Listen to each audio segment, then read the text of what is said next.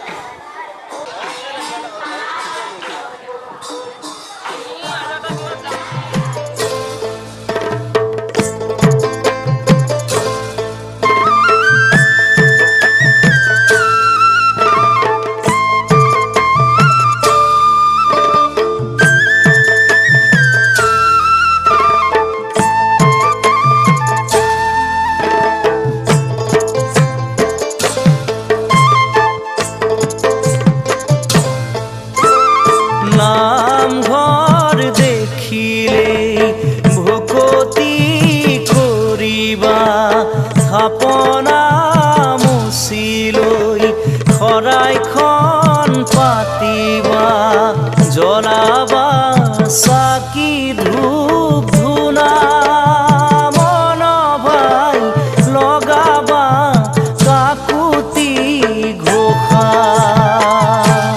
ৰাম ৰাম নাম ঘৰ দেখিলে ভকতি কৰিবা স্থাপনা মুচিলৈ শৰাইখন পাতিবা জ্বলাবা চাকি ধূপ ধূনা মন ভাই লগাবা কাকুতি ঘোষা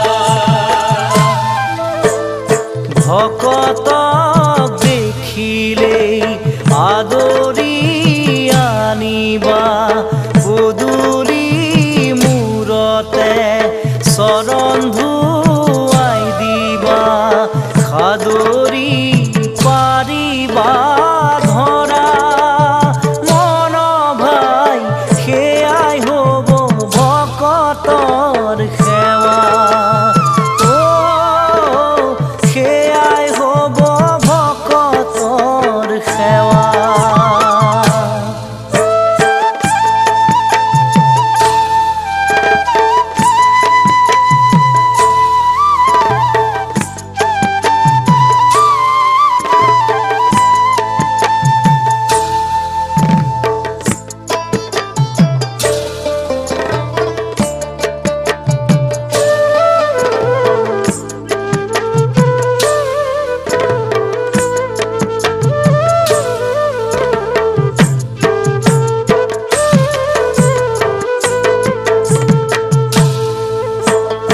হৰি নাম ভাগৱত ভকতিৰ ভতিমা নামঘৰৰ মজিয়াত গুৰুৰ গুণ গৰিমা চকুৰি ভকতৰ সেৱা মন ভাই লগাবা কাকুতি ঘোষা ৰাম ৰাম নাম ঘৰ দেখিলে ভকতি কৰিবা স্থাপনা মুচিলৈ শৰাইখন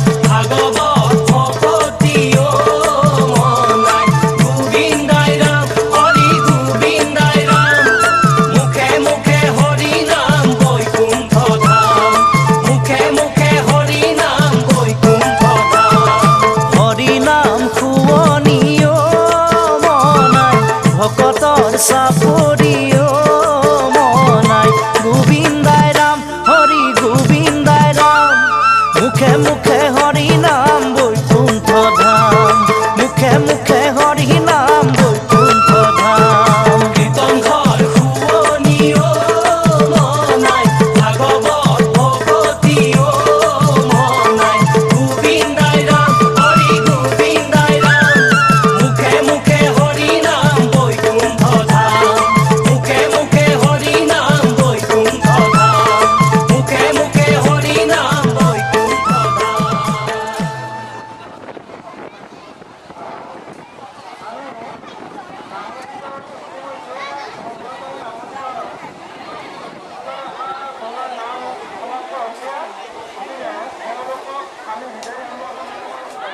ধন্যবাদ। এনেই আনাই নহয় ভাই।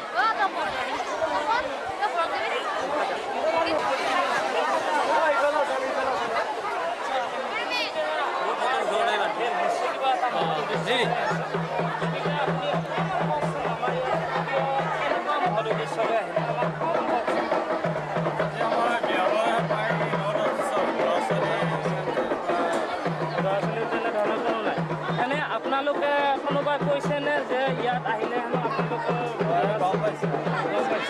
আচ্ছা, আপোনালোক এয়া প্ৰথম আহিছে নে এয়া প্ৰথম আহিছে? এবাৰ এনে আজি আহি ছুটি এখন দি থৈ গৈছিলোঁ। আপোনালোক এবাৰ আহিছিলে? আচ্ছা, সেইবাৰ যেতিয়া আহিছিলে নিশ্চয় কিবা এটা মহৎ উদ্দেশ্য লৈ আপোনালোক আহিছিলে। সেইবাৰত আপোনালোকে সেই উদ্দেশ্যটো আপোনালোকৰ সফল হ'ল নে নাই বাৰু? নোহোৱা যে এমাহ দুমাহহে আগত। এমাহ দুমাহ আগতে আহিছে। আচ্ছা, আপোনাৰ নাম কি বুলি ক'লে? ৰত্নেশ্বৰ ডেকা। ৰত্নেশ্বৰ ডেকা। আচ্ছা, আপোনাৰ নাম কি বুলি ক'লে? যোগেশ্বৰী ডেকা। আপোনালোক এতিয়া গুৱাহাটী কোন জেগাৰ পৰা আহিলে? গুৱাহাটী নুনমাটি গোপালনগৰৰ পৰা আহিছে। আচ্ছা, ধন্যবাদ। আপোনালোকলৈ ধন্যবাদ থাকিল আৰু ভৱিষ্যতে আপোনালোক পেলাই দিব হা।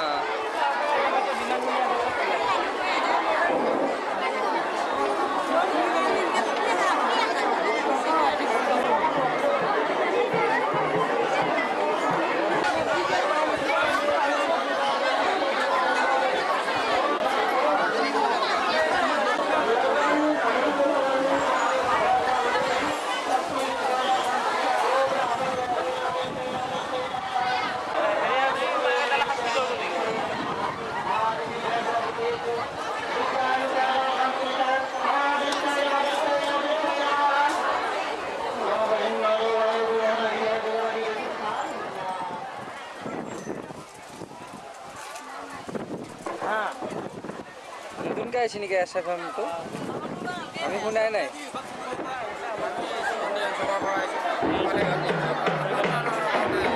আচ্ছা, আপোনালোক ইয়াৰ প্ৰথম আহিছেনে ইয়াৰ আগতো আহিছে? কেনেকুৱা উদ্দেশ্য লৈ আহিলে বাৰু আমাৰ ইয়াত? আমি আহিছোঁ তাৰমানে সন্তানৰ হেৰি কাৰণে আহিছোঁ। আই থানত আঁতৰত ধৰিছোঁ তেতিয়া সন্তান হেৰি কৰিব আৰু দেখা পাওঁ। আমি সেইটো কাৰণে এতিয়া ৰাতিপুৱা কৈছোঁ ইয়াতে। আচ্ছা, আপুনি এই খবৰটো আপুনি আই থানত যাওঁ বুলি এটা মোৰ ভাৱ এটা আছিল। তাৰমানে কালি গম পালোঁ যে তাত এনেকুৱা মানুহ আহে ইয়াত চৰাই চৰাই দিয়ে, তেনেকুৱাকৈ গম পাইছে। আচ্ছা, আৰু ইয়াৰ আগতে কোনোবা আহি উঠি ইয়াত তেনেকুৱা ফলৱতী হোৱা আপুনি গম পাইছে নেকি বাৰু? গম সেনেকুৱা মই পোৱা নাই। আজি যিহেতু যে আজি এবাৰ চাইছে? আচ্ছা, ঠিক আছে। আপোনাৰ নামটো কওকচোন বাৰু অকণমান। ভাগ্যজ্যোতি। আচ্ছা, আপোনালোক আমাৰ ইয়াতে আহি এনেকুৱা এখন শৰাই দিয়াৰ কাৰণে আমি অশেষ ধন্যবাদ জনাইছোঁ। ভৱিষ্যতলৈও আহিব বুলি আমাৰ এতিয়া মনৰ কামনা যদি হয়, মনৰ আশা পূৰণ হয়, আমি অহা বাৰ যাতে এনেকুৱা কাম কৰি কৰিব পাৰোঁ, আমি সেইটো কাৰণে ভালকৈ চাই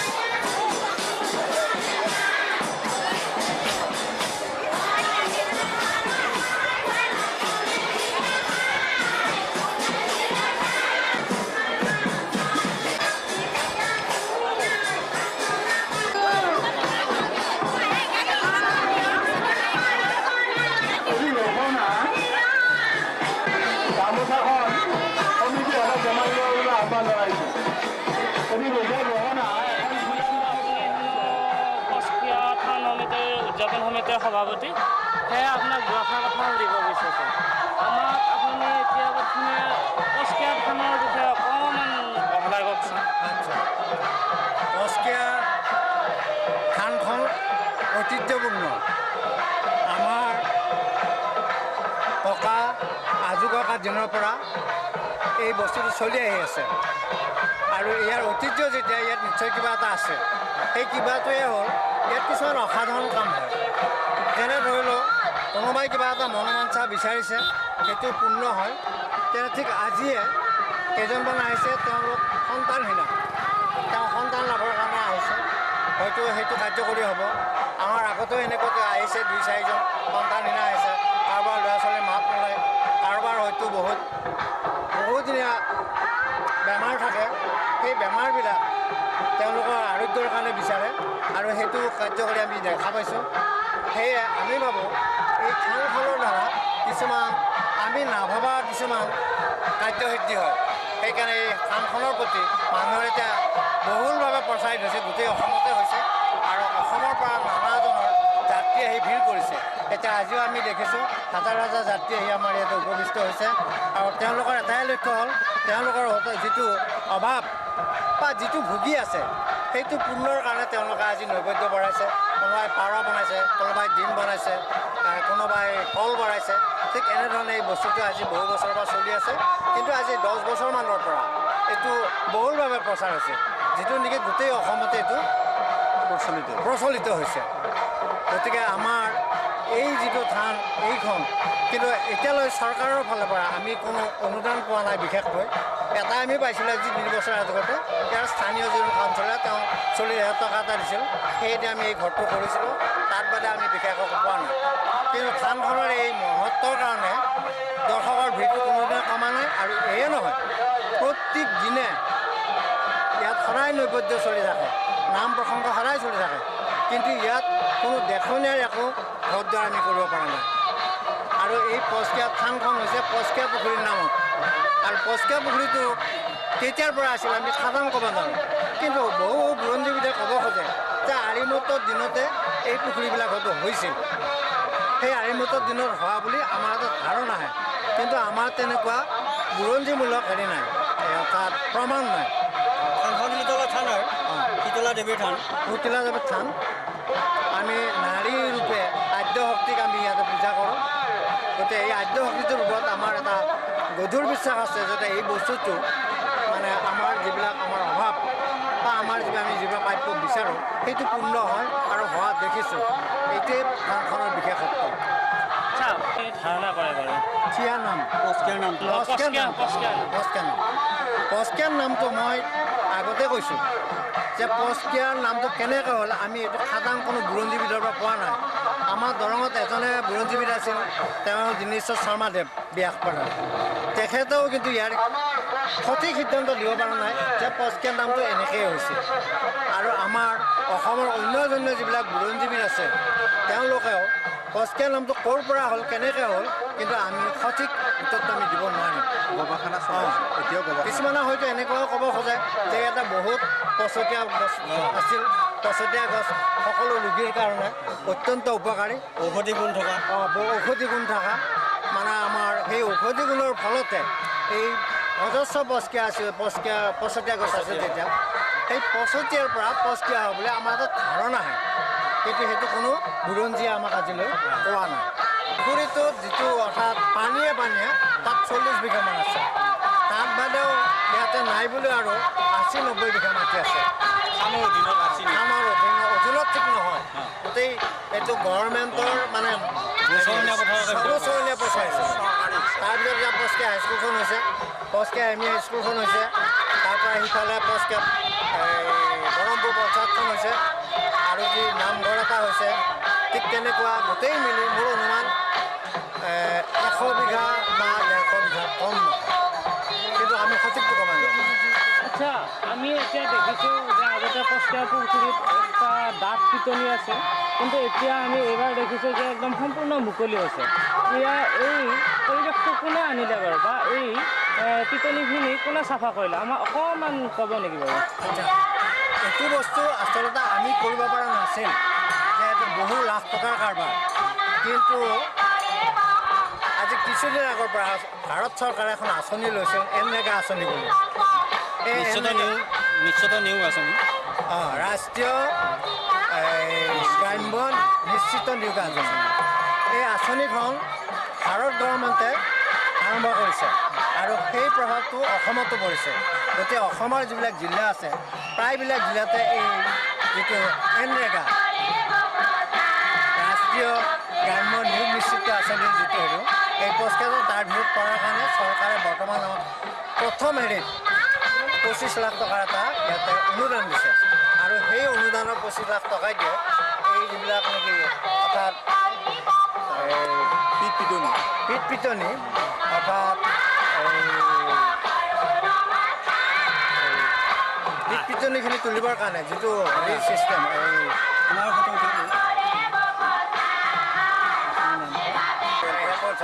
জব কাৰ্ড সেই জব কাৰ্ডৰ মানুহখিনিয়ে ইয়াতে কাম কৰিছে, আৰু সেইখিনি মানুহে বৰ্তমান প্ৰথম ষ্টেজটোৰ পিটনিখিনি তুলিছে। ইয়াৰ পিছত তেওঁলোকৰ আৰু অন্য ধৰণৰ আঁচনি আছে। সমিতিৰ সভাপতি, অৰ্থাৎ আমি এতিয়া জানিব বিচাৰিছোঁ যে ভৱিষ্যত আমাৰ থানখনৰ বিষয়ে আপোনাৰ পৰিকল্পনা কেনেকুৱা আছে বাৰু? মই আজি ইয়াতে প্ৰায় 8 বছৰ ধৰি ইয়াতে সভাপতি হিচাপে আছোঁ। ইয়াৰ আগতে ইয়াতে গছ গছনিও একেবাৰে নাছিল, ঘৰো নাছিল। এতিয়া আমাৰ বহুত গছ গছনি হৈছে, আপোনালোকে দেখিছে এইফালে চাৰিওফালে গছবিলাক হৈছে। আমাৰ এই কাৰ্যসূচীটোত আমি দুদিনীয়া কৰোঁ 7 তাৰিখ আৰু 8 তাৰিখ 7 তাৰিখে আমাৰ এটাই কাম হয় কেৱল গছ ৰোৱা বৃক্ষৰোপণ চাফাই বৃক্ষৰোপণ এই কামটো চলে আৰু এই কামটোৰ দ্বাৰা মই আপোনালোকে দেখিছে এই গোটেইখিনিতে গছৰ নতুন নতুন গছ বহুতো হৈছে আৰু আমাৰ এটা ধাৰণা এইটো পস্কাৰ পিটনিটোও যে চাফা হ'ল সেইটো যদি এসময়ত চলানি হৈ যায় তাত এটা চৰকাৰী অনুদানৰ দ্বাৰা যদি এইটো এটা ডাঙৰ ফিচাৰী হয় এইটো পৰ্যটকৰ কাৰণে এখন উপযুক্ত স্থান হ'ব আৰু পৰ্যটকৰ উপযুক্ত স্থানৰ কাৰণে আমি যিখিনি কৰিবলগীয়া আছে আমি যিমান পাৰোঁ চেষ্টা কৰিছোঁ যাতে এইটো পৰ্যটকৰ কাৰণে এটা সুন্দৰ স্থান ইয়াতে সৃষ্টি হয় সেইকাৰণে আমি ক্ৰমান্বয়ে লাহে লাহে আমি কৰি গৈছোঁ কিন্তু আমাৰ আৰ্থিক অৱস্থা ভাল নহয় কাৰণে আমি যিটো ভাবিছোঁ সেইমতে কৰিব পৰা নাই কিন্তু আমাৰ এইটো খাটাং ধাৰণা যে এই পৰ্যটকৰ এসময়ত ইয়াত সঁচাকৈয়ে জাকত জিলিকা এখন পৰ্যটকৰ স্থান হ'ব আৰু যিখনৰ কাৰণে আমাৰ অঞ্চলটো উন্নতিৰ ক্ষেত্ৰতো উদ্যম যোগাব আমাৰ যেতিয়া পস্কিয়া চাফা কৰিছিলে চাফা কৰাৰ সময়ত পস্কিয়াৰ পিটনিৰ মাজৰ পৰা কিবা জীৱ জন্তু ওলাইছিলে নেকি বাৰু এই বিষয়ে মই এটা কৈছোঁ এই থানখনৰ মহত্ব এনেকুৱা আছে আমাৰ পশ্চিম ফালে আমি থিয় হোৱা যিটো পশ্চিম ফালত গৰমপুৰ নিজ গৰমপুৰে তেওঁলোকে আজিলৈ চবৰ মাটি বা এটা শুকান ঠানিও নিব নোৱাৰে আৰু ইয়াতে মানে যিকোনো স্বেচ্ছাই যিকোনো কাম কৰিব নোৱাৰে এই থানখন ইমানেই প্ৰভাৱ আৰু পস্কিয়াটো তাত বনৰীয়া জন্তু যোৱাৰ সাপ বেগৰ পৰা চৰাই চিৰিকটিৰ পৰা যথেষ্ট আছিল কিন্তু এই পস্কিয়াৰ থান চাফা কৰোঁতে মাহাত্মাটো এইটোৱে আমি দেখিলোঁ য'ত অজস্ৰ সাপ বেং আছে তাত আজি এটা সাপো নোলাল আৰু তাত য'তেও কোনো এটা মানুহক নাখালে ইয়াৰ পৰা আমি বিশ্বাস কৰিছোঁ যে এই থানখনৰ মহত্বৰ কাৰণে সাপ বেং বা অন্য জন্তু যোৱাৰৰ কোনো ইয়াৰ প্ৰভাৱ পৰা নাই সেইকাৰণে আমাৰ বিশ্বাস হৈছে যে এইটো এটা ডাঙৰ শক্তি যিটো শক্তিয়ে এইবিলাকক নিষ্ক্ৰিয় কৰি ৰাখিছে এই বৃহৎ পুখুৰীটো চাফ কৰোঁতে তাৰমানে আমাৰ যিখিনি ৱৰ্কাৰ আছিলে তেওঁলোকৰ কোনো এটাই ক্ষতি নহ'ল কোনো এটা হানি নহ'ল আৰু আমাৰ ইয়াত যে বিশেষকৈ ক'বলৈ গ'লে আমাৰ পস্কিয়া পুখুৰীটো কাছৰ কাৰণে বিখ্যাত আছে কিন্তু এতিয়া বাৰিষা সময়ত আমি ইয়াত ইমান কাছ দেখিবলৈ পাওঁ কিন্তু এই পস্কিয়া পুখুৰীটো চাফ কৰোঁতে আমি এটা কাছৰ পোৱালি দেখিবলৈ নাপালোঁ আৰু ইমান সাপ আছে কিন্তু আমি এটা সাপ দেখিবলৈ নাপালোঁ আৰু সেয়ে আমি বুঢ়ী গোসাঁনীৰে এইটো এটা মাহাত্ম্য বুলিয়ে স্বীকাৰ কৰিছোঁ গোটেই অঞ্চলে যে আমি একো ইয়াতে দেখিবলৈ নাপালোঁ তেওঁ নিশ্চয় এইটোত মানে নিষ্ক্ৰিয় হৈছে আৰু তেওঁ বিচাৰে যে এই পস্কিয়া পুখুৰীটো মানে উদ্ধাৰ হ'বলৈ আৰু সেয়ে আমি এই পস্কিয়া পুখুৰীটো উদ্ধাৰ কৰি আমাৰ এই অঞ্চলটিৰ মাজতে এটি বৃহৎ ডাঙৰ অনুষ্ঠান হিচাপে গঢ়ি তুলিব বিচাৰিছোঁ আৰু লগতে পৰ্যটকৰ আকৰ্ষণস্থল হিচাপে ৰাখিবলৈ বিচাৰিছোঁ এয়ে আমি আপোনালোককো জনাইছোঁ যাতে সদৌ অসমবাসীয়ে আমাৰ এই পস্কিয়া পুখুৰীটোৰ মহাত্মৰ বিষয়ে পস্কিয়া পুখুৰীটোৰ আধ্যাত্মিক তত্ত্বৰ বিষয়ে যাতে সকলোৱে জানে আৰু আগন্তুক আমাৰ বহাগৰ 8 তাৰিখৰ এই গৰখীয়া সভাখন ইয়াতকৈ যাতে অতি আনন্দৰে জাক জমকতাৰে অতি ডাঙৰকৈ পাতিব পাৰোঁ সেয়ে আমি আপোনালোকৰ মাধ্যমেৰে সমূহ অসমবাসীলৈ আমাৰ পস্কিয়া পুখুৰীৰ থান সমিতিৰ তৰফৰ পৰা আন্তৰিক শুভেচ্ছা আৰু আগন্তুক এই উৎসৱটিত সকলোৰে উপস্থিতি আমি একান্তভাৱে কামনা কৰিছোঁ আজিকালি পঞ্চায়তে হওক বা পাৰ্লিয়ামেণ্টে হওক বা এছেম্বলিতে হওক যিবিলাক ৰাজনীতি পৰিয়াল আছে আমি তেওঁলোকক এটা আবেদন জনাইছোঁ যাতে এই পস্কিয়াৰ পুখুৰীটো আপোনালোকৰ জৰিয়তে যাতে ইয়াত অনুদান আদি সাহায্য কৰি আমাৰ বস্তুটো উন্নত হয় আগবাঢ়ি নিয়াত সহায় কৰে তাৰ কাৰণে তেওঁলোকক আমি এটা আপোনালোকৰ জৰিয়তে আবেদন কৰিছোঁ আশা ৰাখিছোঁ তেওঁলোকে এই ক্ষেত্ৰত আমাক সহায় কৰি আমি আমাৰ প্ৰগতিৰ ক্ষেত্ৰত আগবাঢ়ি যোৱাত সহায় কৰিব এইখিনি আমাৰ ধন্যবাদ যাতে ভৱিষ্যতে আমি আপোনালোকৰ পৰা সহায় সহযোগিতা পাওঁ বা এনেকুৱা এখন অনুষ্ঠান আৰু উন্নত পৰ্যায়লৈ ৰূপান্তৰিত কৰিব পাৰি তাৰ বাবে ভগৱানৰ ওচৰত প্ৰাৰ্থনা কৰিলোঁ লগতে সকলোৰে সহায় সহযোগিতা বিচাৰি আজি আমাৰ ইয়াত যে আহিলে আপোনাৰ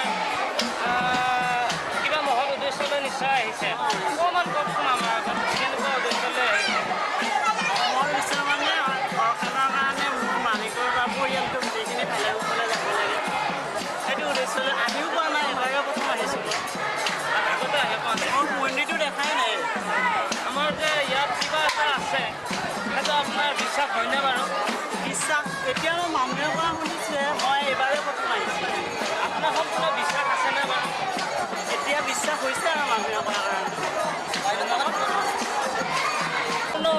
দিয়কচোন বাৰু আমাক। মোৰ ঘৰ মহিলাপাৰা ৰামগাঁৱত। ৰামগাঁও। আচ্ছা, আপুনি যে আমাৰ ইয়াত আহিছে নিশ্চয় কিবা এটা মহৎ উদ্দেশ্য লৈ আহিছে, অকণমান কওকচোন কি উদ্দেশ্য লৈ আহিলে? আছে মানে মোৰ মাইনা তিনিটাই, ডাঙৰজনী এবাৰ ক্লাছ 7 পাইছে যায়, মাজজনী 4ৰ্থ শ্ৰেণী পাইছে যায়, কিন্তু মানে 5 পোৱাৰ লগে লগে মই মানে নৱোদয়ত এটা চেষ্টা কৰিম বুলি তেওঁৰ কাৰণে আমাৰ কচকে বুঢ়ীগোহাঁই থানত আপুনি চাকি বন্তি জ্বলাব আহিছে? চাকি বন্তি জ্বলাম আৰু মই মানে মাইনাটোৰ নামত আৰু অলপ আজি প্ৰায় 2 মাহ মানৰ আগতে মই আহি গৈছোঁ ইয়াত। আপুনি 2 মাহ আগতে আকৌ এবাৰ আহি গৈছে, তাৰপিছত আকৌ 2 মাহ পিছত আকৌ এবাৰ আহিলে। আচ্ছা ঠিক আছে, আমাৰ ইয়াত যে কিবা এটা আছে, এই কচকে বুঢ়ীগোহাঁই থানত যে কিবা এটা আছে, সেই কথাটো আপোনাৰ সম্পূৰ্ণ বিশ্বাস হয়নে বাৰু? একে সম্পূৰ্ণ বিশ্বাস। সম্পূৰ্ণ দৃঢ় বিশ্বাস আছে।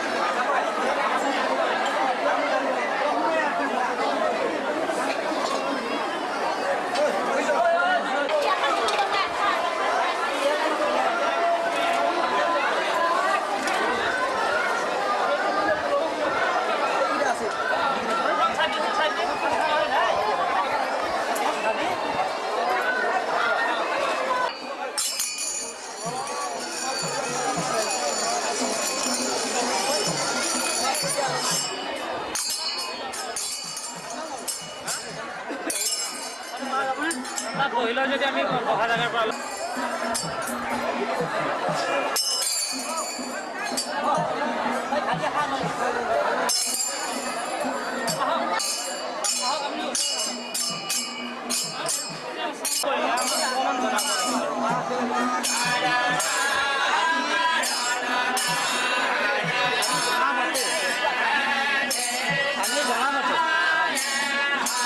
আমাৰ এতিয়া আমি শুই থাকোঁ, আমাৰ মা দেউতাৰ পৰা আমি এই থানখনৰ সম্পৰ্কে জানিছিলোঁ। আচলতে এইখন দুৰ্গা থান, আৰু এই থানত আচলতে অষ্টভা শীতলা দেৱীৰ পূজা কৰা হয়। আৰু বহাগ মাহত আমি আঞ্চলিক ভিত্তিত শীতলা অৰ্থাৎ আমাৰ বসন্ত পূজা কৰা হয়। এইটো আমাৰ আকৌ পৌৰাণিক দিনৰ চলিছে, আৰু আমি আজি আঞ্চলিকভাৱে এই 16 বছৰ হ'ল আঞ্চলিকভাৱে আমাৰ এই 8 তাৰিখৰ দিনটোত আমি এই দুৰ্গা থানত আমি শীতলা পূজা কিংবা বসন্ত পূজা আমি অনুষ্ঠান কৰিছোঁ। আৰু আমাৰ ইয়াৰ উদ্দেশ্য কি কয়, উদ্দেশ্য এইখন থানত পূজা কৰিলে আমাৰ মানুহৰ এটা প্ৰবাদ আছে যে এই গাঁৱত, এই অঞ্চলত নাৰী মৰক কোনো নহয়, কোনো অনাটন দুৰ্ভিক্ষ নহয়।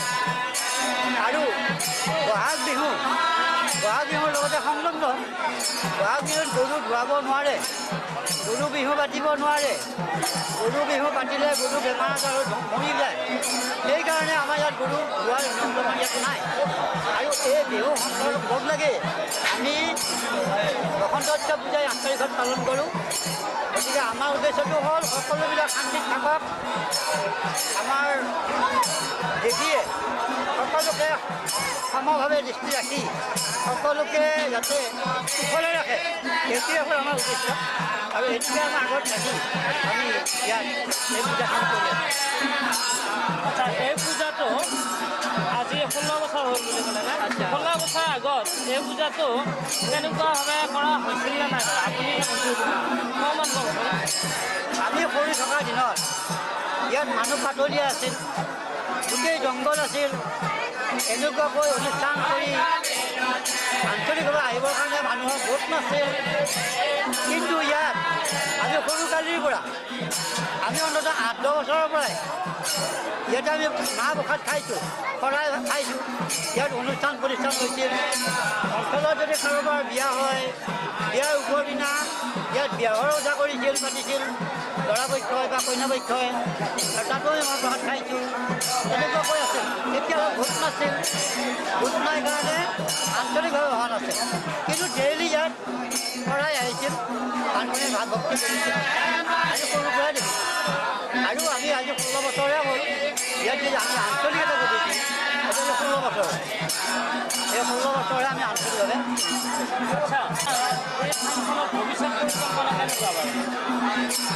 পৰিকল্পনাটো আচলতে আমাৰ থান সমিতিৰ বহুতো আছে, কিন্তু আচলতে আমি গৰীব, আমাৰ ৰাইজখিনি গৰীব। আন ফালৰ পৰা আমাৰ কোনো অনুষ্ঠান প্ৰতিষ্ঠান বা আমাৰ চৰকাৰৰ ফালৰ পৰা কোনো সাহায্য আমাৰ নাই। ইয়াত আজিৰ অনুষ্ঠানত যিখিনি পইচা উঠে, আজিৰ অনুষ্ঠানত যি পইচা হয়, এই পইচাটোৱে আমাৰ উন্নতিৰ কাম কৰোঁ। গতিকে কি পইচা লয় কি নলয় এইখিনি পইচাৰ ওপৰতে কাম।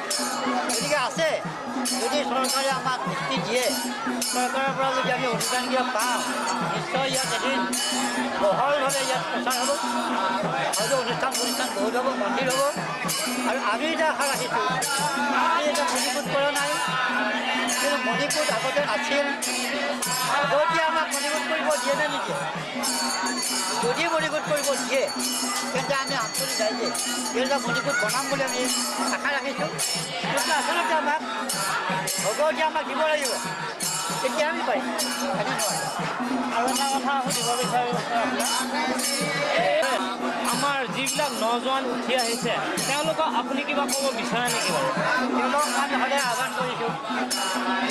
আৰু আজিৰ অনুষ্ঠানত আমি ইয়াত যিখিনি আমাৰ যুৱখিনিকে আমি অধিকাৰ দিছোঁ। আজি মই বুঢ়া মানুহ পঢ়িছোঁ যদিও সিহঁতক লগত ৰাখিছোঁ, ডেকা ল'ৰা গোটেই লগত ৰাখিছোঁ, তেওঁলোকৰ দ্বাৰা কাম কৰাইছোঁ, তেওঁলোকক দেখুৱাইছোঁ, যাতে আমাৰ পিছত সিহঁত ইয়াত বহি কাম কৰিব পাৰে।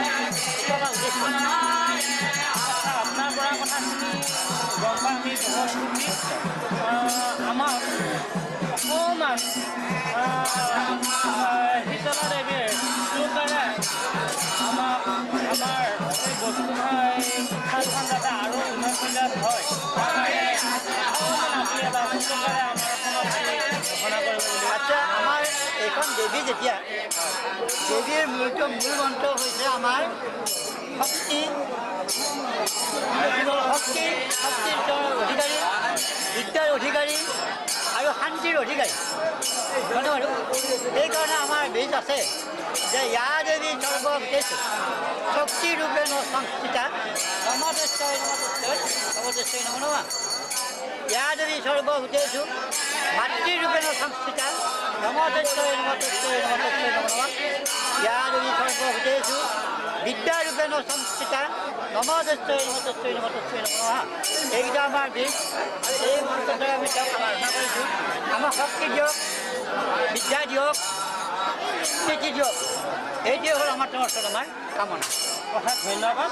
আপুনি আমাৰ কথাখিনি জনোৱাৰ বাবে জানিব বিচাৰিছোঁ যে আপোনাৰ পৰা আমি জানিব বিচাৰিছোঁ আপুনি যে আগমুহূৰ্তত এটি আমাৰ পস্কিয়াৰ লগত জড়িত কৰি এটা নামৰ দিহা গালে, এই দিহাটোৰ ৰচক কোন বাৰু? নমস্কাৰ। আচলতে মই ৰচক কোন বুলি ক'লে কি বুলি ক'ম, ৰচকজন আছিলোঁ নিজে ৰচনা কৰিছোঁ, কিন্তু মই নামটো গাব খুব ভালদৰে নোৱাৰিলোঁ। কাৰণ মই আজি মোৰ 2 মাহমানৰ ওপৰতো মোৰ জ্বৰ হৈ আছে, জ্বৰ জণ্ডিছ বহুত। সেয়া কিন্তু পস্কিয়া মাতৃ নেপালৰ কাৰণে নামটো ধৰিছোঁ, কিন্তু ৰচকজন ময়ে বুলি ক'লেও ভুল নহয়। গুৰু মোৰ আই পস্কিয়াৰ আই, তেওঁক মানে ভাৱ ভক্তি কৰি মই নামটো কাটিছোঁ। আচ্ছা, আপুনি পস্কিয়াত যে আহিলে, আমাৰ পস্কিয়াত আহি উঠি আপুনি কিবা অসুবিধাৰ সন্মুখীন হৈছে নেকি? নাই বাপৰে। আৰু কিবা বেলেগ চাইডত কিবা আপোনাৰ কিবা অসুবিধা আছে নেকি বাৰু? নাই। মানে ধৰ পানী চানী খোৱা লোৱা সেইবিলাকৰ সম্পূৰ্ণ ক্লিয়াৰ পাইছেনে আপুনি? সেই তেনেকুৱা অসুবিধা আছে। তেনেকুৱা অসুবিধা আছে? আপোনাৰ কেনেকুৱা অসুবিধা আছে অকণমান কওকচোন আপুনি। যেনে এতিয়া আমাৰ বৰষুণ চৰষুণ হ'লে জিৰাবৰ ঠাই নাই, মন্দিৰটোৰ বাহিৰে মানে দূৰত ঘৰবিলাক যায়ো নাপায়। আপুনি যেনে পিয়া লাগিলে ধৰক খোৱা পানী বিচাৰিলে আপুনি মানে বিচৰা মতে আপুনি পানী চানী পাইছেনে এনেকুৱা ধৰণৰ কোনো পানী চানী পোৱা নাই এনেকুৱা বহুতো অসুবিধা আছে আপুনি পস্কিয়াত থানত যে এটা মহৎ উদ্দেশ্য লৈ আহিলে বিশ্বাস মোৰ নিজৰ প্ৰাণতকৈ তাৰমানে মোৰ আইনৰ ওচৰত সম্পূৰ্ণ বিশ্বাস আছে ধন্যবাদ আপোনাৰ পৰা কথাখিনি জানি বৰ ভাল লাগে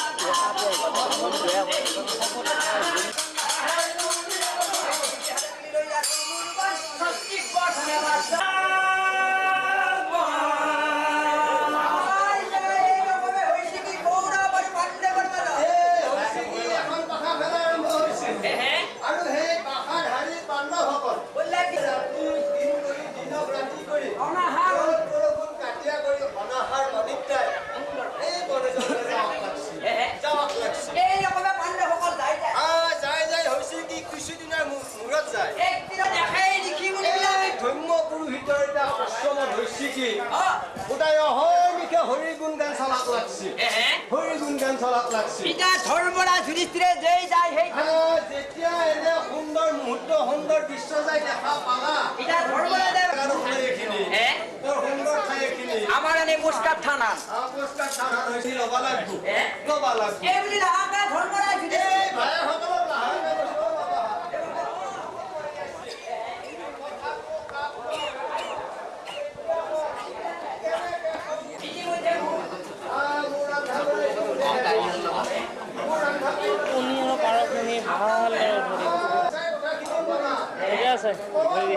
আপনাৰ কেতিয়াবা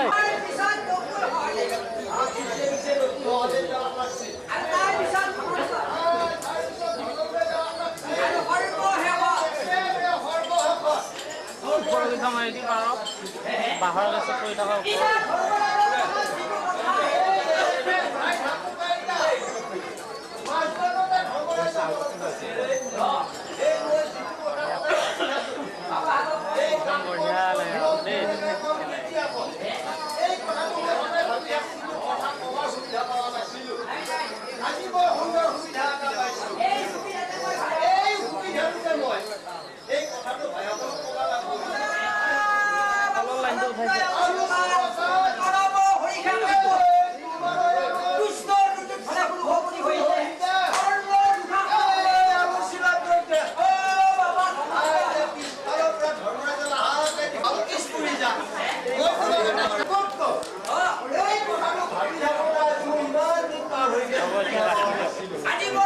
পিছতে আৰু মানুহ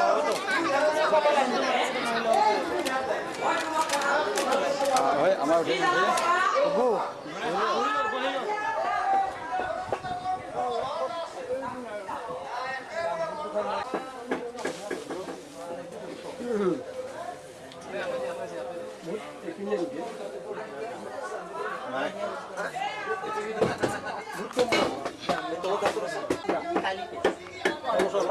বাকলাই নাই নাই কিছু দেখাই দিয়ে ইফালে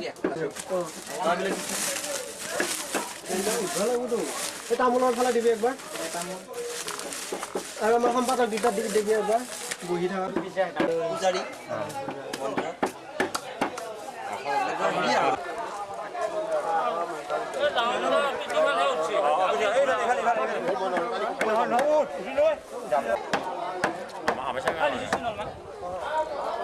ইহঁতৰ লগত এটা উঠি দিছোন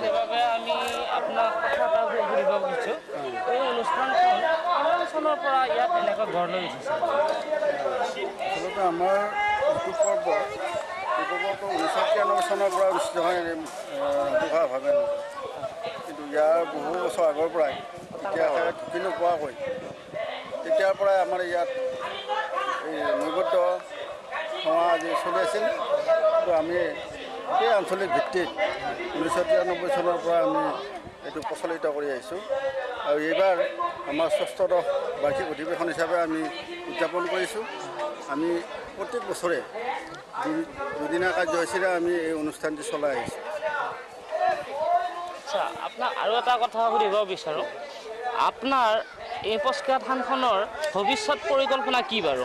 আপুনি ধৰ বৰ্তমান যিহেতু উদযাপন সমিতিৰ সাধাৰণ সম্পাদক, সেয়া আপোনাক এই প্ৰশ্নটো কৰিছোঁ যে ইয়াৰ পিছত আপোনাৰ ভৱিষ্যত পৰিকল্পনা কি আছে বাৰু? পৰিকল্পনা আমাৰ এই অঞ্চলৰ যিহেতু এটা বৃহৎ অনুষ্ঠান, এই গোটেই অঞ্চলৰ মানুহখিনি যিটো আমাৰ বিয়া সভা বা বেমাৰ আজাৰ আদি বহুতৰ পৰা আমি ৰেহাই পাই আছোঁ। আমাৰ সকলোৰে এটা বিশ্বাস, এই থানখনিয়ে আমাক বহুতো বিপদৰ পৰা ৰাখিছে। সেয়েহে এই থানখনিৰ উন্নতিৰ কাৰণে আমি বছৰে বছৰে বিভিন্ন দিশত আমি আগবাঢ়িবলৈ প্ৰস্তুতি চলাই আছোঁ। ধন্যবাদ। আপোনাৰ পৰা আৰু এটা কথা জানিব বিচাৰোঁ যে আমাৰ সন্দেহ এইটোৱে হয় যে পচ ক'ব নেকি বাৰু? আমাৰ এটা বিশ্বাস যে আৰিমাত্ৰ ৰজাহেনো প্ৰবাহিত কৰাৰ কাৰণে পুখুৰীবিলাক খন্দাইছিল আৰু আমাৰ এই কোটা ব্ৰহ্মপুৰত এই পুখুৰীটো এতিয়া খান্দিছিল আৰু পুখুৰীটোৰ পাৰত বহুত পচতীয়া গছৰে ভৰি পৰি আছিল। সেইকাৰণে সেই সময়ত এইবিলাক মানুহে পচতীয়া শব্দটোৰ পৰাই পচকা পুখুৰীটো উৎপত্তি হোৱা বুলি জনা যায়। আচ্ছা, আমাৰ এই পস্কা থানখনত আপুনি এই বিষয়ে আমাৰ উঠি অহা নজোৱানবিলাকক আপুনি কিবা ক'ব বিচাৰে নেকি বাৰু? তেওঁলোকে ভৱিষ্যতে যাতে এই অনুষ্ঠানটি আৰু বহলভাৱে তেওঁলোকে ইয়াত উদযাপিত কৰিব পাৰে, তাৰ কাৰণে মই তেওঁলোকক এটা আহ্বান জনাইছোঁ। আৰু বৰ্তমানে যিটো আমাৰ প্ৰজন্মই আমাক সহায় কৰি আছে, তেওঁলোকক এই ক্ষেত্ৰত আমাৰ এই অঞ্চলৰ এই অনুষ্ঠানটি বৃহৎ আকাৰত পালন কৰিবলৈ মই আহ্বান জনাইছোঁ। ধন্যবাদ। আপোনাৰ মনৰ ওচৰত প্ৰাৰ্থনা কৰিছোঁ আৰু ভৱিষ্যতেও আশা ৰাখিছোঁ ইয়াতকৈও জানো আৰু উন্নত মানদণ্ডত আমাৰ এই অনুষ্ঠানখন চলাই নিয়ে আৰু ভৱিষ্যতেও আপোনালোকৰ পৰা এনেকুৱা ভাল দিহা পৰামৰ্শ বা এনেকুৱা কিবা কথা জানিব পাৰিম বুলি আশা ৰাখি আজি আমি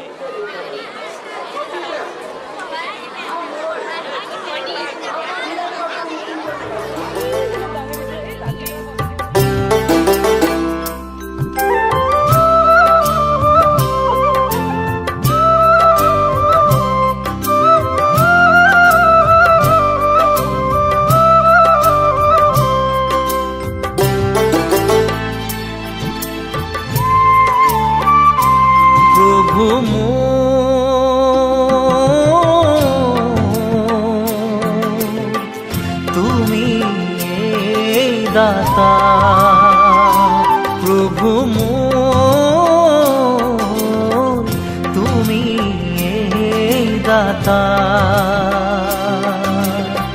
তুমি শক্তি, তুমি ভক্তি, তুমি শক্তি, তুমি ভক্তি, তুমি এই পরম পিতা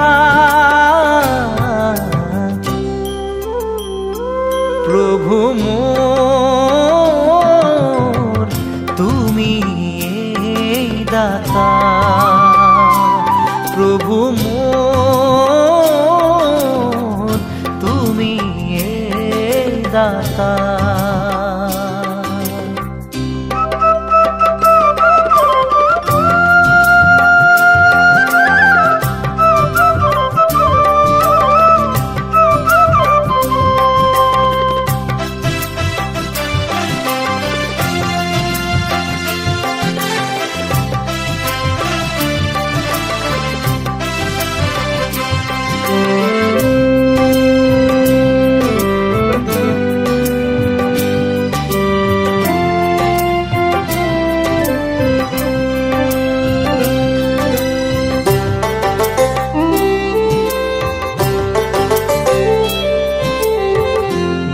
ভাগ্যে পাইলু প্রভু মানবী জনম, মায়ার সাগরে পৰি নিচিনু কৰম।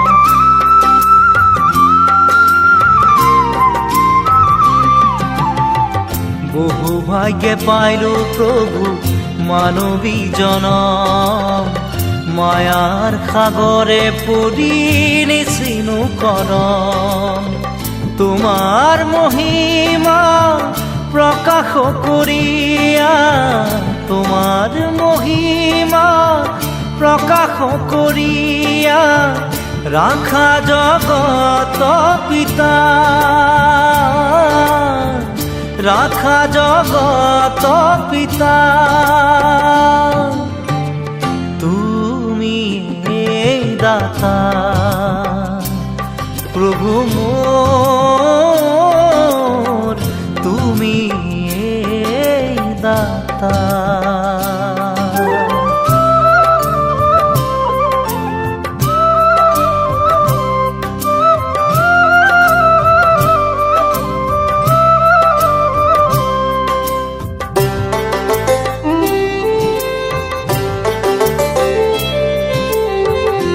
কত বছর প্রভু তোমার হেন নাম না জানো তোমার প্রভু কত আছে ধাম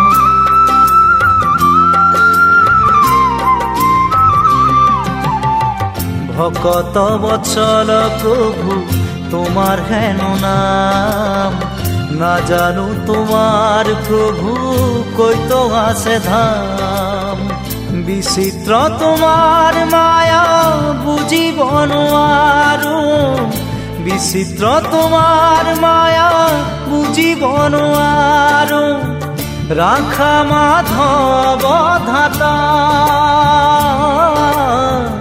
রাখা মাধব ধাতা তুমি দাতা প্রভু মোর তুমি দাতা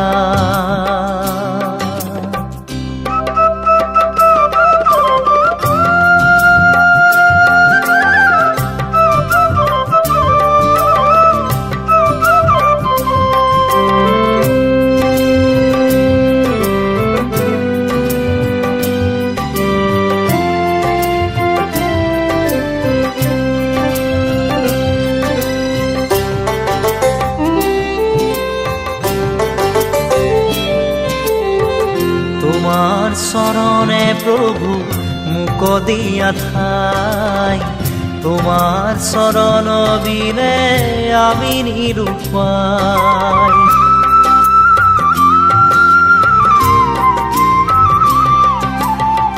তোমার শরণে প্রভু মুখ দিয়া ঠাই তোমার শরণ বিনে আমি নিরুপায় ভকতির ঘর তোমাকে যাচিছো ভকতির ঘর তোমাকে যাচিছো হে পরম পিতা হে পরম পিতা তুমি দাতা রাখা জগত পিতা রাখা মাধব ধাতা রাখা জগত পিতা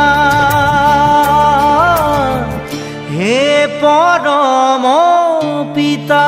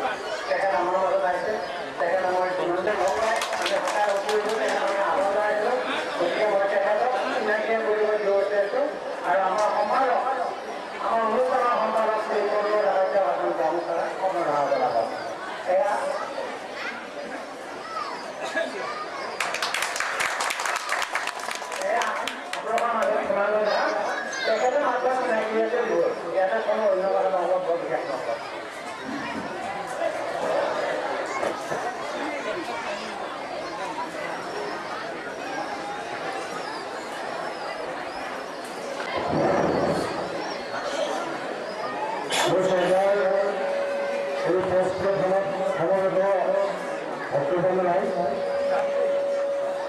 স্থান পৰিচালনা সমিতিৰ সন্মানীয় কৰ্মকৰ্তাসকল, কণ ভাইটি ভণ্টিসকল, সকলোলৈ মোৰ নমস্কাৰ আৰু সেৱা জনাইছোঁ। আজি আধ্যাত্মিকতা চৰ্চা হয় এইখিনিয়ে আমি জানিছিলোঁ, কিন্তু ইয়াৰ যি মাহাত্ম্য, এই মাহাত্ম্যৰ বিষয়ে অনুধাৱন কৰিব চেষ্টা কৰিছোঁ পৰিস্থিতি দেখি। দেশখনৰ উন্নতিৰ বাবে কিবা যদি কৰিব পাৰোঁ মই নিজেই জড়িত হ'ম। ভৱিষ্যতৰ দিনত কৰ্মকৰ্তাসকলৰ সৈতে আলোচনা কৰি উন্নয়নৰ কথা চিন্তা চৰ্চা কৰিম। সকলোলৈ পুনৰ মোৰ শ্ৰদ্ধা জনাইছোঁ। ধন্যবাদ।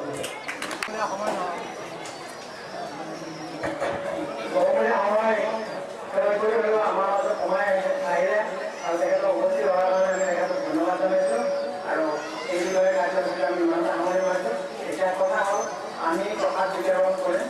আপোনালোকে অনুগ্ৰহ কৰি আমাৰ প্ৰসাদখিনি গ্ৰহণ কৰাৰ কাৰণে অলপ ধৈৰ্য ধৰিবৰ কাৰণে আপোনালোক আমি অনুৰোধবিলাকৰ ক্ষেত্ৰত কোনোজনে ধৰিব আৰু প্ৰসাদ বিতৰণ শেষ হ'লেহে আপোনালোকে আমাৰ লগত বিদায় ল'ব বুলি মই আশা ৰাখিছোঁ।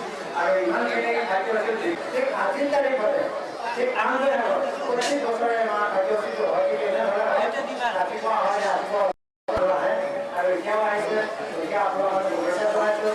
এইখন সঁচাকৈ কেন্দ্ৰৰ ওপৰত এখন সঁচাকৈ লগা হৈছে আৰু আমি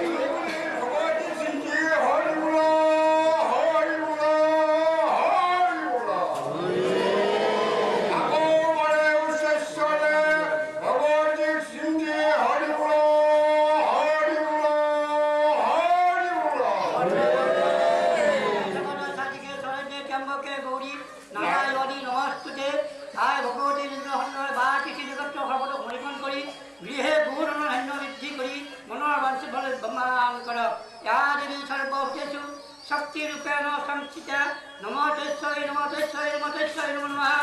ইয়া দেৱী সৰ্বভূতেষু বিদ্যাৰূপেণ সংস্থিতা নমো তস্যৈ নমো তস্যৈ নমো তস্যৈ নমো নমঃ। আয়ুষ্মান ভৱ গ্ৰহস্তু সৰ্বত্ৰবাণী তু মনৰ ভৱ। জয় ৰাম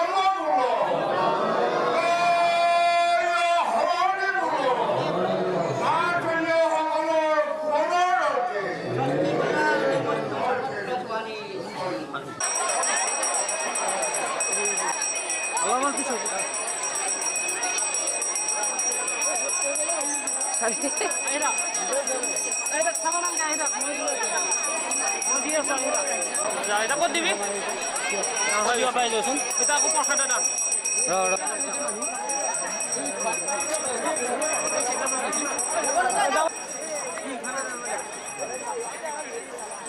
কি কি মালিক ল'ৰাটা বনাইছে। এই মইনাটো তুলি দিছেনে বাবা?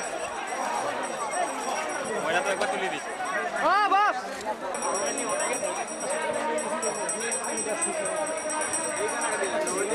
শুনিয়ে ভাবছি কিবা চুৰ কৰি দিছে শুনিয়ে ভাবছি কিবা চুৰ কৰি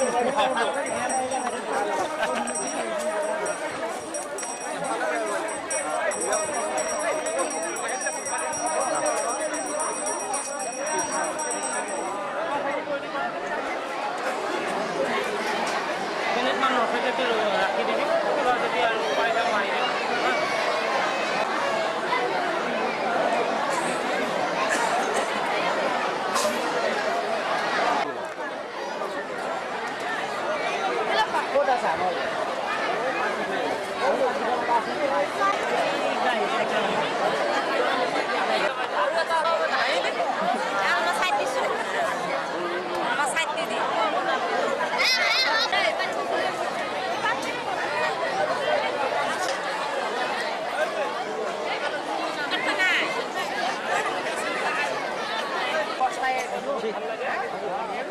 আপোনাৰ পৰা আমি কস্কা ইতিবৃত্তৰ বিষয়ে অকণমান চমুকৈ জানিব বিচাৰিছোঁ। তেওঁ সম্পৰ্কে আমি জনাই দিবলৈতো বহুত বয়সস্থ মানুহ নহয়, তথাপি আমি সৰুদিনৰ পৰা যি দেখিছিলোঁ বা তাৰ আগৰ যিবোৰ বয়োবৃদ্ধ লোক আছিল সেইসকলৰ পৰা যি শুনিছোঁ সেই বিষয়ে অলপমান কম। তাত যদি কিবা বিভ্ৰান্তিও হয়, কিন্তু প্ৰায় 45 বছৰ আগৰ পৰাই এই পুৰস্কাৰ লৈ অহা যোৱা কৰোঁ।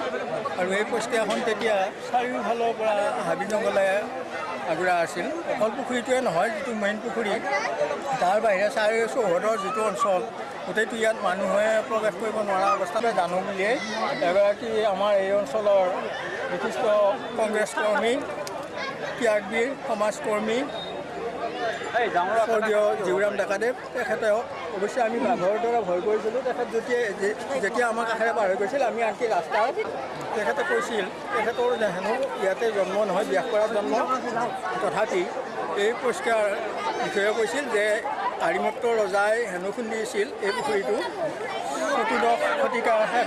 তেখেতসকলে আমাৰ এই অঞ্চলৰ মানুহবিলাক বিশেষকৈ ব্যাসপাৰা, চিপাঝাৰ, এইটো খোপা, যি কম সংখ্যক মানুহ আছিল মানৰ আক্ৰমণৰ সময়ত ইয়াত নিচিন্ন হৈ যায় আৰু সেই সময়ৰ পৰা মানুহৰ বসতি নোহোৱাৰ কাৰণে এই অঞ্চলটো এটা অৰণ্য অঞ্চলত পৰিণত হৈ পোৱা বুলি তেখেতে কৈছিল। অমী দেৱী তেখেতে কৈছিল যে তেখেত যেতিয়া ইয়াতে পাম ধৰিবৰ কাৰণে আহিছিল ছোৱালী অৱস্থাত, সেই সময়ত তেখেতে কৈছিল তেখেতসকলে হেনো তেতিয়া মাত্ৰ কঁকালতহে টনা পিন্ধিছিল সেই বয়সত। আৰু এই নৱমী দেৱীয়ে কৈছিল তেওঁলোকে ইয়াতে পাম ধৰাৰ সময়ত একো নাছিল। আৰু তেতিয়া হেনো এই পৰিষ্কাৰ চাৰিওফালৰ পৰা 200 মিটাৰমান মাজলৈ, তাৰ পৰা 1904-05 চনৰ ভিতৰত এইখিনি মানুহ আহিছে। আৰু সেই সময়ৰ মানুহখিনিয়ে এই পৰিষ্কাৰ পুখুৰীটো ইয়াৰ আশে পাশে থাকি তেওঁলোকে